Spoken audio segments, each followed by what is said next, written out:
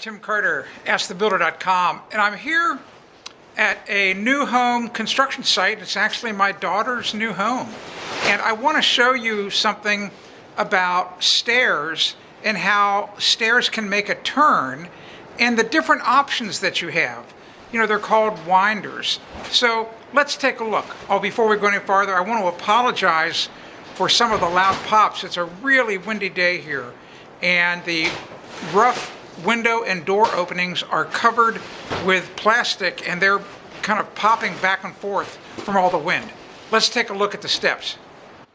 Okay, here you can see the staircase as it starts to come down from the second floor to the first floor. Looks pretty normal, but here's what happens though.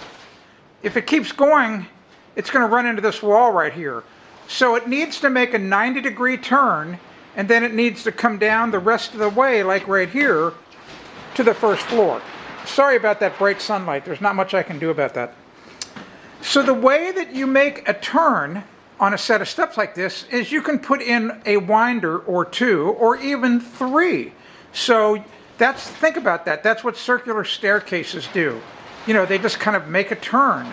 And of course, in this situation, we basically have a platform right here, a rectangular platform, and then this triangular winder is set on top of the platform beneath it. But let's go upstairs and see something else. But before we do, I want you to look at this. So notice how after you come off that second winder, you come down the regular steps here, here, here, and of course here's the subfloor. And notice the distance between the last step and the door opening. Now let's go upstairs.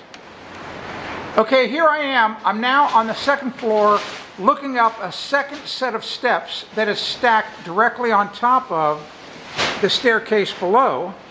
And these stairs lead up to the attic. Same situation. They come down, they come down, they come down. And of course, there is the first winder. There's the second winder. But here's the trouble. We don't have the last step in yet. And when it goes in, the problem is the front edge of the step is going to be very, very close to here.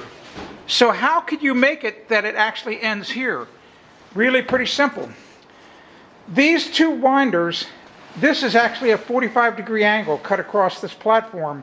You could put a second winder in, or basically, yeah, you could put a second. If this was number one and this is number two, you could have three.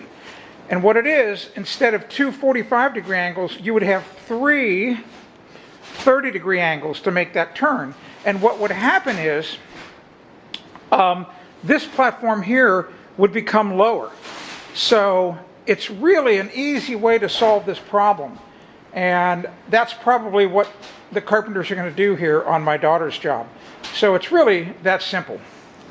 So winders, they're really kind of a neat thing with respect to how you make a turn on a set of steps. And understand that you can have more than one to make that 90-degree turn. I wouldn't do more than four. Usually three, giving you three 30-degree angles is probably the best way to go. If you've got questions about winders, look in the video description. I can answer them for you. I'm Tim Carter, AskTheBuilder.com.